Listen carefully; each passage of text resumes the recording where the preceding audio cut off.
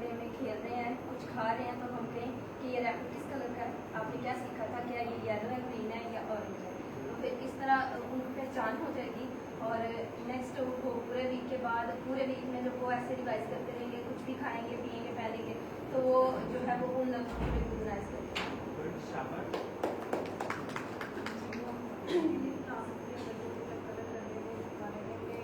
आपको कौन सा फ्रूट पसंद है, उसका क्या नेम है, और कलर कौन सा है, वो किस तरह उसको जल्दी तरह सिखाया जाएगा उनको। और जो इतनी की चीज़ें हम ये बता सकते हैं, ये फर्नीचर कौन से कलर का है, या ये हमने कपड़े कौन से कलर के पहने हुए हैं, इस तरह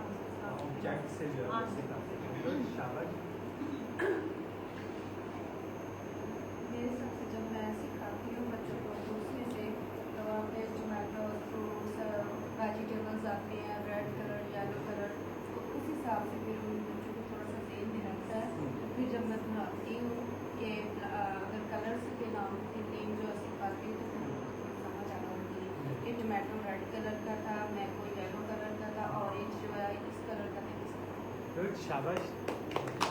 ठीक है, तो हम देखेंगे हमारे पास एक तरीका है, तो मैं सोचता हूँ कि टीचिंग अगर आप किसी भी लेवल के बच्चों को सिखा रहे हैं, चाहे वो मॉन्टेसरी है, प्राइमरी है, मिडिल क्लास के स्टूडेंट्स हैं, किसी भी लेवल के स्टूडेंट्स हैं, तो आप इस तरीके से इस मेथड से सिखा सकते हैं। तो इस मेथड का नाम है डर्टी डजन। तो ये हम लैंग्वेज सिखाने में इस्तेमाल करते हैं ज़्यादातर, तो लेकिन मॉन्टेसरी में भी हमने अपने स्कूल में स्पेशली हमने सिखाया इस तरीके से बच्चों को, तो ये बहुत हेल्पफुल था। तो अभी हम जब भी दूसरे स्कूलों में ट्रेनिंग देते हैं टीचर्स को, तो हम ये तरीका इस्तेमाल करते हैं। ये पंखा बंद कर, ठीक है। तो इसमें कुछ चीज़ें जो है वो आपको याद रखनी है।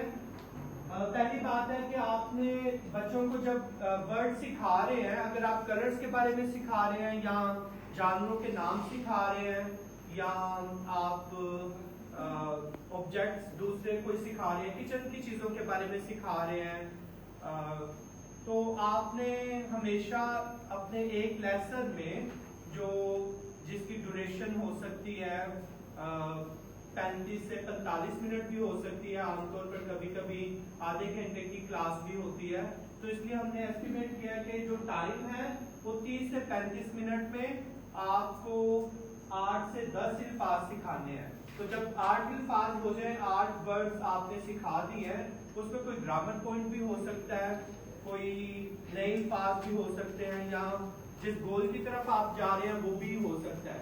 तो लेकिन आपको 10 से ज्यादा अल्फाज नहीं सिखाने बच्चे को।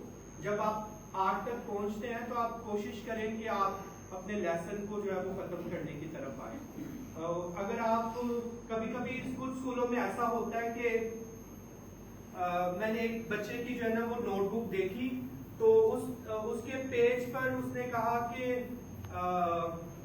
मेरे कजन का बेटा था, तो उसने कहा कि मामू मैंने आज जो है वो 50 नए अल्फाज सीखे हैं।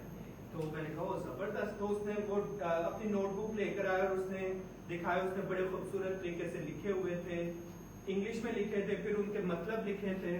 तो इसका मतलब 50 और 50 कितने हो गए, 100 उसने नए अल्फाज जो है वो सीखे हैं। तो मैंने उससे पूछा क्या मैं टेस्ट लूँ आपका, तो मैंने उससे नोटबुक पकड़ी और मैंने उससे पूछा कि अच्छा इसका मतलब क्या है, इसका मतलब क्या है। तो उसे तकरीबन जो कोई अल्फाज जो है ना, एक दो उसे शायद याद होंगे जो शायद उसने पहले भी सुने होंगे, तो वो दोबारा से जब उसके बैल में ऊपर थे।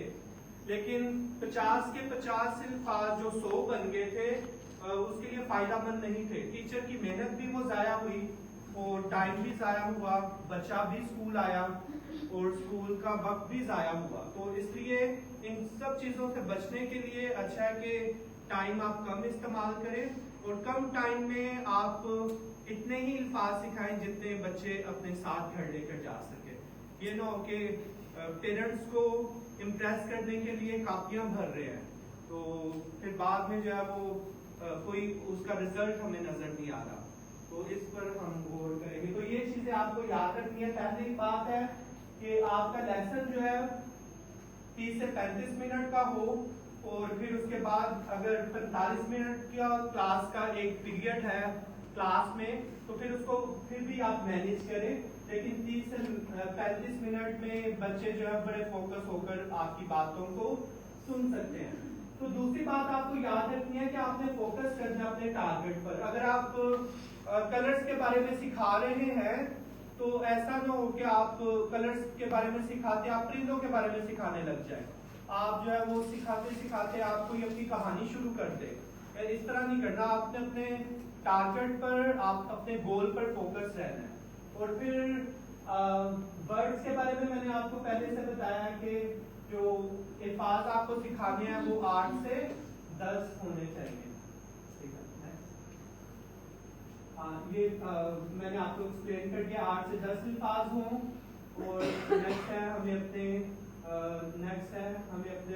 गोल पर फोकस रहना है, और इस पर आगे मिनट टाइम के बारे में है। और इससे अगली स्लाइड है हमारे पास कुछ एक्टिविटीज है, और इससे हम देखेंगे कि इस डर्टी डजन मेथड में हम किस तरह से सिखा सकते हैं। मिसाल के तौर पर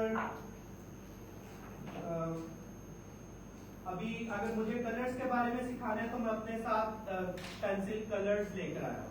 ठीक है, तो मैं इसमें चूज करता हूँ कि मुझे पहले से चूज करके रखने हैं कि जो आपको कलर सिखाने हैं।